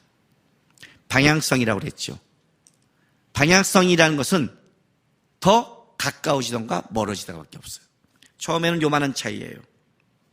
그런데 가면 점점 멀어져요. 가면 점점 돌아오기가 힘들어져요. 처음에는. 나중에는 돌아올 수 없는 길로 가는 거예요. 오기엔 너무 멀어진 길. 그래서 하나님이 나에게 어떤 것을 깨닫게 하시고 어떤 환난과 어려운 문제가 왔을 때, 그리고 어떤 믿음의 도움의 사람이 도와줬을 때 어떡하라? 믿음의 사람 옆에, 은혜의 자리 옆에, 하나님을 쫓는 것 옆에 이때 결단해라. 그래야 믿음이 깊어진다. 아브라함의 믿음이 깊어졌어요. 어떻게? 세상으로가 아니라 나는 하나님으로만 복을 얻을 것이다. 11절 드리고 하나님 앞에 고백하기 시작했어요. 자, 그리고 이제 15장이에요. 15장에 가서는 진짜 이제 믿음이 어디까지 깊어졌는가, 믿음이란 어디까지인가, 그 믿음의 길의 끝에 누가 있는가를 정확하게 배우기 시작해요. 15장 1절은 이렇게 시작을 해요. 그 이후에, 다른 말로 표현해 줄게요. 그 사건들 이후에, 이런 뜻이에요. 그 사건이 어떤 사건일까요? 창세기 14장. 그 전쟁의 롯을 구해온 그 사건 이후를 얘기하는 거예요. 여호와의 말씀이 환상 중에 아브라함에게 임하여 이르되 아브라함아 두려워하지 말라. 나는 내 방패요 보호자요 보호하다 호위하다. 방패. 너는 너의 지극히 큰 상급이다. 상급, 정당한 보수를 주는 사람이다. 너에게. 아브라함이 이르되 주여여 무엇을 내게 주시려니 하나이까? 나는 자식이 없사오니 나의 상속자는 이 다메섹 사람 엘리에셀이니이다. 아브라함이 또 이르되 주께서 내게 씨를 주지 아니하였으니 내 집에 길린 자가 내 상속자가 될 것이니이다. 자, 일단 하나 정리하고 넘어갈게요. 이 사건에 하나님이 나타나서 내가 너의 방패요, 내가 너의 큰 상급이라고 말씀하세요. 아브라함아 두려워하지 말라 그래요. 자, 이 말은 다른 말로 할게요. 아브라함은 지금 두려움에 있는 거예요, 없는 거예요? 있는 거예요. 어떤 두려움이었을까요, 도대체? 아브라함의 두려움은 어떤 두려움이었을까요? 여러분, 믿음의 길이 두려운 길이에요. 믿음의 길은 죽을 때까지 두려워요. 왜요? 우리는 5분 후를 모르니까. 믿음의 길은 내 눈에 없으니까. 여러분, 모르는 길을 가는 거는 항상 두려워요. 제 아는 사람이 운전을 잘 못해요. 천천히 해요. 어느 지역을 갔는데 미친듯이 밟아가는 거예요. 제가 너 매수 왜 미쳐? 어디? 뭐라는 줄 알아요? 여기는 제 나아발입니다. 그래요. 거기만 맨날 다녔던 거예요. 맨날. 딱 차를 팍 이렇게 빨리 밟아야 되냐면 지금 밟자마자 좀 있으면 파란불이 켜집니다. 탁 팔리고. 그래서 슉 지나요. 또 파란불입니다. 슉. 오른쪽으로 파란불입니다. 팍팍팍팍 가는 거예요. 그걸 다 꿰고 있는 거예요. 우와. 자기 나아버리에선 다르구나. 우리 알죠? 모르는 길 갈 때 계속 이렇게 천천히 가는 거. 믿음의 길은 두려워요. 근데 아브라함도 두려웠죠. 왜? 전쟁에 이겨왔지만 그 나라는 막강한 나라예요. 아브라함은 여전히 외형적으로 나그네 길을 가고 있는 318명 기른 사람 그거밖에 없는 거예요. 나중에 창세기 20장에 아비멜렉 앞에 가서도 다시 살을 넘긴다는 건 뭐냐면 그는 그렇게 강한 겨우 자기를 비적에게 보호할 만한 수준 밖에 안 되는 그렇게 걸어가고 있어요. 내적으로는 상속자가 없어요. 안에도 불안하고 밖에도 불안한 상태가 아브라함이었어요. 그 불안한 상태에 하나님이 나타나 이렇게 말을 해요. 아브라함아 두려워하지 마. 내가 너를 보호해. 내가 너에게 너의 그 믿음의 길에 상급을 줄 거야 라고 얘기하는 거예요. 그러니까 믿음의 길 갈 때 떨고 있는 자가 이래요. 나 믿음 없나 봐. 믿음이 있으니까 떠는 거예요. 믿음이 없는 자는 떨지도 않아. 그냥 몰락하. 이해가 돼요? 시험을 잘 보는 자가 어이구 나 시험 못 받아 떨어요. 아예 백지될 놈은 떨지도 않아요. 제가 전교 꼴찌 나 꼴찌 상관없어 할 때는요, 내일 시험이 안 떨려요. 왜? 상관없어요, 그냥. 이번에 어떻게 될까? 3을 땄을까? 아니야, 3을 땄었다는 맞죠? 잘못하고 저번에 섰다가 선생님한테 다음 이렇게 너 죽는다고 그랬어. 그럼 어떻게 했을까? 이렇게 했을까? 이렇게 했을까? 아니야. 그래서 성인은 뭐 해야지? 어떻게? 굴리는 거죠. 성인은 뭐 해야지? 성인은 보이고 나오는 거예요. 안 떨려, 심장이. 그런데 이제 내가 어떤 점수를 받고 싶은 거예요. 열심히 공부했어요. 간당간당하게 그때 떠오는 거예요, 여러분. 믿음은 떨려야 돼요. 왜요? 높으신 하나님을 쫓아가느니 내 믿음으로 안 되는데 떨리는 게 맞아요. 떨리는 게. 떨니까 하나님도 붙잡는 거죠. 떠니까 공부 잘하는 사람한테 가서 물어보는 거죠. 떠니까. 떨고 있으니까 도와달라고 하는 거죠. 떨지 않는 자가 무슨 도와달라고 그래요. 떨리는 거예요. 하나님이 나타나야 아시고 내가 너 보호해. 내가 상급이야. 그때 아브라함이 아주 중요한 걸 얘기해요. 제 상속자는 누굽니까요? 주님, 제가 가는 이 믿음의 길 속에 여전히 어려움이 있는 건 사실입니다. 그러나 저는 믿음의 조상 새로운 길, 하나님이 원하는 길을 걷고 있습니다. 누가 저랑 같이 이 길을 걸을 자입니까요? 묻는 거예요. 하나님이 저에게 주지 않으면 다메섹 사람 엘리에셀입니까? 여러분, 엘리에셀은 굉장히 믿음 있는 자예요. 나중에 이 리브가를 구할 때 보면 아브라함이 그렇게 말할 만한 믿음이 있는 자예요. 하나님은 도움이시라 뜻을 이름을 갖고 있어요. 아니다. 내 몸에서 날짜다 그래요. 약속을 해요. 그리고 하나님이 어떻게 하시냐면 보세요. 아브라함에게 4절, 6절 여호와의 말씀이 그에게 임하여 이르시되 그 사람이 네 상속자가 아니라 내 몸에서 날짜가 네 상속자가 되리라 하시고 그를 이끌고 밖으로 나가 이르시되 하늘 우러러 무뼈를 셀 수 있나 보라. 또 그에게 이르시되 내 자손이 이와 같으리라. 아브라함이 여호와를 믿으니 여호와께서 이를 그의 의로 여기시고 하고 이제 축복을 하시는 거예요. 자, 창세기 15장 6절 이 신칭이 오직 믿음으로 구원을 받는다의 근거가 되는 본문의 말씀이 이때 나오는 거예요. 아브라함으로 말미암아 하나님이 선포하신 아브라함이 여호와를 믿으니 여호와께서 이를 그의 의로 여기시고. 자, 뭘 믿었기에 하나님이 그를 의로 여겼을까요? 일단 이걸 분명히 아셔야 돼요. 아브라함이 여호와를 믿으니, 그러니까 아브라함이 여호와를 믿었으니까 여호와께서 그를 의로 여기셨어. 이렇게 말하면 그 의는 아브라함 거예요. 그죠? 아브라함 의인이잖아요. 잘못 말하면 이렇게 되면 아브라함에게 그거를 아브라함이 믿었다는, 아브라함이 믿었구나, 아브라함이 믿었으니까 했구나, 그런 의미로 받아들일 수 있는데 그게 아니에요. 그게 아니에요. 그건 이방종에서 말하는 표현이에요. 이건 다른 표현이에요. 그래서 아브라함이 믿었다는 것은 뭘 믿었냐는 거예요. 이 말씀을 듣고 아브라함이 믿은 게 있어요. 뭔지 아세요? 하나님, 나는 후손이 없습니다. 내 상속자가 이겁니까? 나는 들어온 길을 가고 있습니다. 어떡합니까? 근데 하나님이 탁 말씀을 듣고 들어갔을 때 아브라함이 안개고요. 내 인생이, 내 시작과 끝이, 내 후손의 모든 것이 하나님 손에 있다는 것을 알게 됐다. 그걸 아브라함이 여호와를 믿었다는 거예요. 내 운명이 여호와께 있군요. 내 삶의 생사화락이 아브라함께 있군요. 화복이. 내가 그냥 불려방도 아니고 지금 그냥 갓도 아니고 내 끝도 하나님 손에 있군요. 그걸 제가 알게 됐습니다. 난 단순히 내 씨가 누구냐, 내 상경이 뭐냐, 이 문제가 뭐냐고 나갔는데 그 정도가 아니라 내 자체가, 내 인생의 모든 끌어간 것이 하나님 손에 있군요를 알게 된 거예요. 그걸 나는 하나님 손에 있습니다라는 걸 알았습니다. 이 고백을 다른 말로 한다면 나는 하나님을 믿습니다라는 고백이에요. 우리가 믿음의 신념이 아니라 내가 예수를 믿는다는 건 이런 뜻이에요.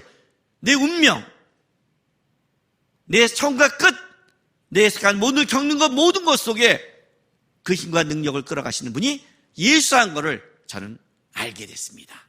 라는 고백을 예수를 믿습니다라는 표현을 쓴 거예요. 여호와를 믿으니 했더니 의로 여겼다. 의란 세상 사람이 쓴 거는 어떻게 사용하면 이렇게 사용해요.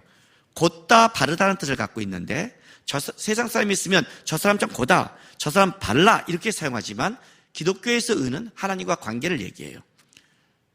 제가 하나님과의 관계가 고다, 하나님의 관계가 바라.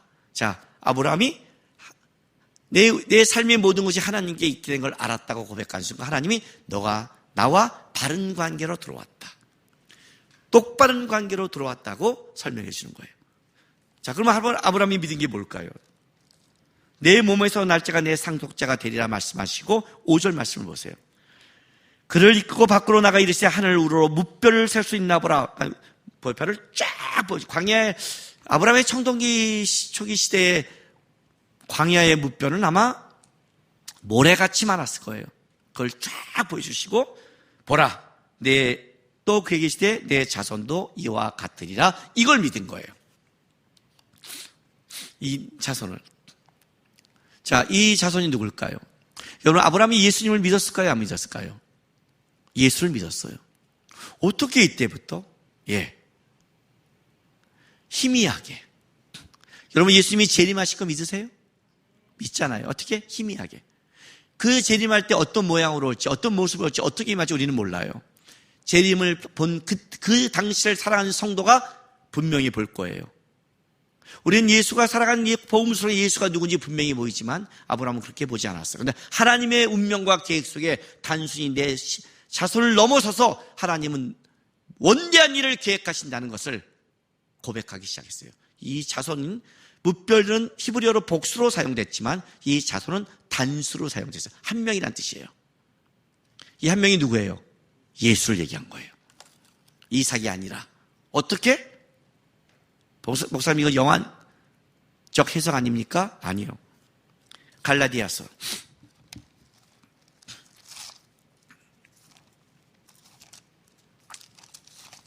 3장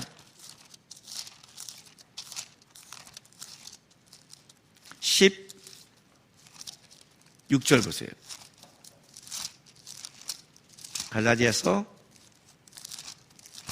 3장 16절. 사도 바울이 말씀하신 건데 이 약속도는 아브라함과 그 자손에게 말씀하신 것인데 여럿을 가리켜 그 자손들이라 하지 아니하시고 오직 한 사람을 가리켜 내 자손이라 하셨으니 곧 누구라? 그리스도라. 한 사람. 내 후손은 누굽니까? 단순히 네 후손의 자손 한 명을 보는 게 아니야. 내가 네 자손을 하늘에 별같이 줄 거야. 그런데 그 별같은 그 역사가 한 사람, 하나님의 계획 속에 있는 한 사람, 그를 통해서 벌어질 원대한 계획과 꿈이 있음을 아브라함이 본 거예요. 단순한 내 자녀가 아니구나. 믿음이 들어가면 이런 일이 벌어져요. 어떤 일이 벌어진지 아세요? 단순하게 내 복, 내 가정, 내 기업, 내 거, 이걸 넘어서요. 그건 세상이 갖고 있는 사고예요. 예수 안에서 내가 살아가는 것은 원대하구나. 놀랍구나. 하나님이 맺는 일들은 굉장하구나. 이런 걸 보는 거예요. 그래서 세상 것의 비교와 세상 것에 넘어지지 않는 거예요.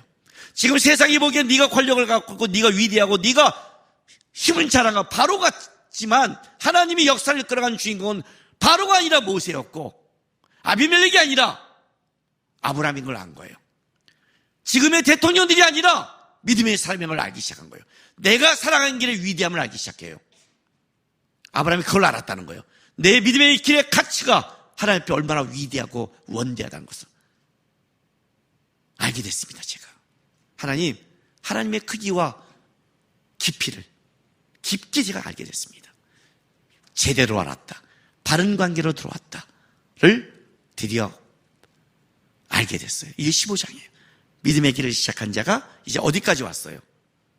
예수 그리스도란 하나님이 단순히 아니라 그 예수 그리스도를 통해서 이 세계에 향한 원대한 계획까지 알게 되는 그 믿음의 고백에 들어와요. 그리고 이제 그 다음 뒷부분은 21절까지는 횃불 언약을 맺지요. 횃불 언약은 뭐예요? 재물을 반으로 쪼개서 가른 다음에 당사자 두 살을 가해놓고 언약을 맺는 거예요. 그래서 언약을 어긴 자는 어떻게 돼요? 횃불처럼 쪼개 죽을 거다 하는데 이 언약을 맺는데 아브라함은 지나가지 않아요. 하나님이 지나가세요. 하나님이 약속을 해요. 내가 이룬다. 아브라함은 지나가면 안 돼요. 아브라함은 쪼개져요. 나중에 죽어서 안 돼요. 이것은 하나님이 시작한 것이다. 그래서 여러분 믿음을 갖는 건 이거예요. 왜 우리가 믿음을 갖는 자가 두렵고 떨리고 그래도 무너지지 않고 버티고 갈 수 있는 거는 왜냐? 내가 그거를 만든다면 여러분 떨리고 포기할 수 있죠. 근데 내가 하는 거 아니에요. 하나님이 하신대요. 하나님이 이루신대요. 하나님이 역사한대요. 하나님이 작정했어요. 그 사이에 이 말이 들어가요. 너의 후손을 400년 동안 종살이라 이래요. 애굽이란 말을 안 써요. 애굽에 데려갔던 아브라함에게는 그게 두려움이 될 테니까. 하나님도 안배를 하세요. 그러나 끄집어낼 거다. 너는 지금 내 후손이 누군지 생각하고 그것만 생각하고 있니? 아브라함아, 하나님의 일하심의 크기와 원대함을 바라봐라. 너를 부른 그 믿음의 길은 그렇게 작지 않다. 위대하고 크다. 그걸로 하나님이 약속함으로 아브라함의 믿음의 길에 15장까지 끝나는 거예요. 1강 끝났습니다. 여러분, 우리는 믿음의 길을 가고 아브라함의 길을 우리 똑같이 걸어갑니다. 세상에 갈 때도 있고 선택이 잘못할 때 있고 애쓰고 있고 여러 가지 과정을 겪습니다. 그러나 믿음의 길에 분명한 건 아셔야 됩니다. 믿음의 길은 내가 걷고 있는 길이지만 그 목적과 방향수가 끌어가는 자는 내가 아닙니다. 믿음은 따라가는 겁니다. 하나님이 원하는 것, 믿음은 하나님을 배우는 겁니다. 믿음은 하나님을 목적으로 하는 겁니다. 믿음은 세상의 것을 열매를 얘기하는 게 아니라 세상 속에 싸우고 세상 속에 복을 지어라지만 하나님의 위대한 것을 이 땅에 드러내는 싸움이 믿음의 싸움입니다. 이 시간 한번 다 같이 기도했으면 좋겠습니다. 하나님, 나는 진짜 믿음이 있는 자입니까? 나는 진짜 복된 자입니까? 나는 아브라함처럼 내가 걸어온 길에 하나님의 크기를 배운 자입니까? 내 운명이 하나님께 있다는 걸 믿고 나는 오늘도 믿음의 길을 가는 싸움을 하는 자입니까? 여전히 아브라함처럼 어떤 때 세상에 두려워한 자입니까? 아니면 롯처럼 세상 온도를 바라보면서 세상권을 쫓고 세상권에 맞들인 자입니까? 다시 내가 하나님을 바라보고 믿음을 배우고 믿음 안에 자라는 아브라함처럼 복된 길을 가는 사람 되게 해달라고 우리 지금 다 같이 주여 한번 외치면서 기도하겠습니다. 주여! 할렐루야. 아버지 하나님 감사합니다. 아브라함처럼 우리를 불러줘 감사합니다. 아브라함처럼 우리를 믿음의 길을 따라가서 감사합니다. 하나님, 우리는 믿음의 길을 걷습니다. 그러나 그것이 우리가 보는 길이고 우리가 경험하지 않는 길이기에 여전히 두렵고 떨립니다. 아브라함을 끌어가신 하나님, 우리를 끌어가 주옵소서. 혹시 우리가 세상의 힘과 어려움으로 애굽에 내려가고 수치를 당할 때가 있다 할지라도 다시 우리를 알리고 가셔서 하나님이 원하는 그 복된 길을 걷게 도와주옵소서. 우리가 그 길을 보지 못하게 두렵고 떨릴 때가 있습니다. 나는 너의 지극히 큰 방패요 상급이라 주의 말씀을 우리가 가슴에 새기고 아브라함처럼 우리의 운명이 우리의 인생의 모든 것이 하나님께 있음을 알고 거기서 믿음으로 그 길을 쫓아가며 복된 길을 드러내며 세상 속에 하나님의 복을 흘려보내는 믿음의 삶을 살아내는 하나님의 백성들에게